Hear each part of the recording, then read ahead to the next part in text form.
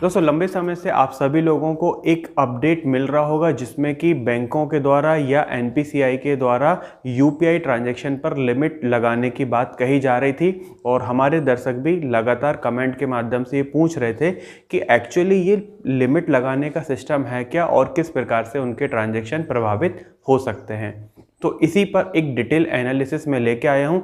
यदि आप भी यूपीआई पेमेंट करते हैं और आपका मैक्सिमम काम यूपीआई पेमेंट के माध्यम से होता है तो ये वीडियो अपडेट आप पूरा सुनिएगा। और साथ ही दोस्तों यदि आपको वीडियो अपडेट पसंद आता है तो आप इसको लाइक जरूर कर लीजिएगा। हमारे चैनल पर अगर आप पहली बार आए तो हमारे चैनल को सब्सक्राइब जरूर करें, नोटिफिकेशन बेल आइकन दबा दें और जितने भी आपके सहयोगी हों, आपके मित्र हों, आपके परिवार के लोग हों, उनको ये वीडियो शेयर करना ना भूलिएगा। मेरा नाम है सुशील मोदी और आप देख रहे हैं यूट्यूब चैनल मोदी इन्फोटेक। दोस्तों बहुत सारे लोग ऑलरेडी जानते हैं कि यूपीआई क्या होता है, किस तरह से होता है, इसके बारे में अभी हम इस पर चर्चा नहीं करेंगे। लेकिन मोस्टली लोग यूपीआई के लिए गूगल पे, फ़ोनपे और पेटीएम ये 3 मेजर ऐप हैं जिनका ये प्रयोग कर रहे हैं। यहाँ पर अगर हम बात करें जो लिमिट लगने की बात हो रही है उसके 2 अलग अलग कारण सामने आ रहे हैं और 2020 में भी आरबीआई, एनपीसीआई ने इन बैंकों को और इन पेमेंट ऐप को लिमिट लगाने के लिए समय दिया था और इनके लिए उन्होंने 2 साल का समय दिया था जो कि दिसंबर 2022 में ख़त्म हो रहा। मतलब इनको जो 2 साल का समय दिया गया था कि आप ये कुछ लिमिट लगाने पर काम करें, इसके लिए उनको 2 साल का समय दिया गया था। लेकिन अभी तक इन लोगों ने ना बैंकों की तरफ से और ना ही इन ऐप की तरफ से किसी भी प्रकार की कार्रवाई की गई है। तो 31 दिसंबर तक ये उम्मीद की जा रही है कि आरबीआई, एनपीसीआई और जो बड़े बैंक हैं वो मिलकर इस सब पर काम करेंगे और इस पर कहीं ना कहीं लिमिट लगा देंगे। अभी जो लिमिट होती है अलग अलग बैंकों की अलग अलग लिमिट होती है। ये एक्चुअली ट्रांजैक्शन की लिमिट नहीं होती है, ये अमाउंट की लिमिट होती है कि कुछ बैंक ऐसे होते हैं जो दिन में 25,000 की ही यूपीआई करने की परमिशन देते हैं, कुछ 50,000 की देते हैं और कुछ 1 लाख रुपए की देते हैं। अब वो 1 लाख रुपए आप 2 बार में कर लें, 3 बार में कर लें या 10 बार में कर लें, इस प्रकार से ये होता है। लेकिन अभी तक ये होता है कि जितने भी प्रकार के यूपीआई ट्रांजैक्शन होते हैं, जितने सारे यूपीआई ट्रांजैक्शन होते हैं उसमें 80% जो यूपीआई ट्रांजैक्शन होते हैं वो मात्र गूगल पे और फ़ोनपे के कारण ही होते हैं या इन प्लेटफॉर्म पर होते हैं। इनके कारण ये भी होता है कि जो जैसे मान लीजिए जो भी बैंक के ग्राहक हैं, जैसे मेरा जो बैंक अकाउंट है वो बैंक ऑफ बड़ौदा में है लेकिन मैं बैंक ऑफ बड़ौदा का यूपीआई ऐप यूज़ ना करके गूगल पे, फ़ोनपे या पेटीएम यूज़ कर रहा हूँ। ऐसा 90% जो बैंक खाता धारक हैं वो भी यही करते हैं कि जिस भी बैंक में उनका अकाउंट है वो उस बैंक की ऐप को यूज़ नहीं करते और ये प्राइवेट ऐप को यूज़ करते हैं। तो इनकी हिस्सेदारी भी बढ़ती जा रही है।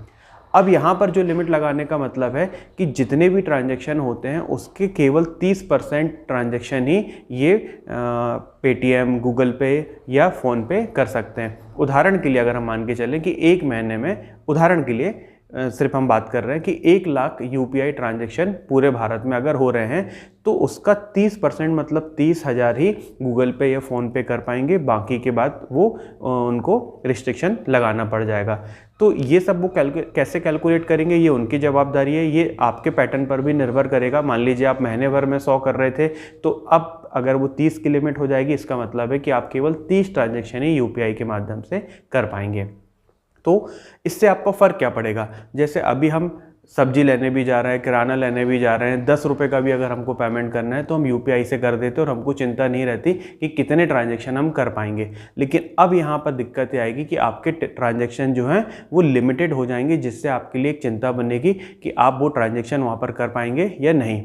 लेकिन चूँकि ये जो लिमिट है सामान्यतः आपकी नहीं है, आपके बैंक की तरफ से नहीं है, ये उस ऐप की होगी, मतलब गूगल पे या फ़ोनपे या पेटीएम की होगी।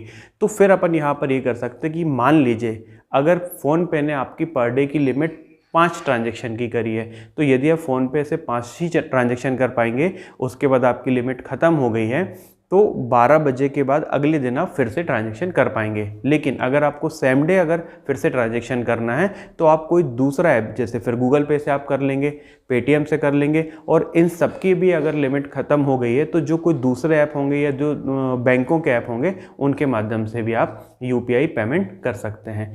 तो यहाँ पर लिमिट का मतलब है नंबर ऑफ ट्रांजैक्शन से कि कितने ट्रांजैक्शन कर सकते हैं, चाहे वो 1 रुपये का करें चाहे 25,000 रुपये का आप करें। अमाउंट से इसका तात्पर्य नहीं है। तो आशा करते हैं कि आपको कॉन्सेप्ट क्लियर हो गया होगा कि क्यों ये लिमिट लगाई जा रही है। उसका एक कारण है कि इन एप्लीकेशन पर भी थोड़ा सा कंट्रोल किया जाए। इन एप्लीकेशन के पास पूरा 80% का बिजनेस है मार्केट के यूपीआई का। दूसरे ऐपों को भी कुछ सपोर्ट मिले, खासतौर से जो हमारे नेशनलाइज बैंक है जिनका बैंक अकाउंट हम यूज़ करते हैं, उनके ऐप हम यूज़ नहीं करते, उनको भी मौका मिले। क्योंकि जब आप उनके ऐप यूज़ करोगे तो कहीं ना कहीं आप बिल पेमेंट भी वहीं से करेंगे, अपना LIC का बिजली बिल, रिचार्ज वगैरह ये सारे भी काम करने लगेंगे, तो उनको भी कहीं ना कहीं बेनिफिट मिलेगा। तो आशा करते हैं ये वीडियो अपडेट आपको पसंद आया होगा। अगर ये पसंद आया हो तो लाइक ज़रूर से कर दीजिएगा। इसके बाद दोस्तों हमारे एक सेकंड वीडियो है, क्योंकि लगातार कई लोग ये भी जानना चाह रहे थे कि अलग अलग बैंकों की पर डे की लिमिट कितना है, तो उस पर भी हमारा नेक्स्ट वीडियो आएगा। उसको देखने के लिए आप हमारे चैनल को जरूर से सब्सक्राइब करिए। वीडियो देखने के लिए बहुत बहुत धन्यवाद दोस्तों। आपका दिन शुभ हो। वंदे मातरम। जय हिंद।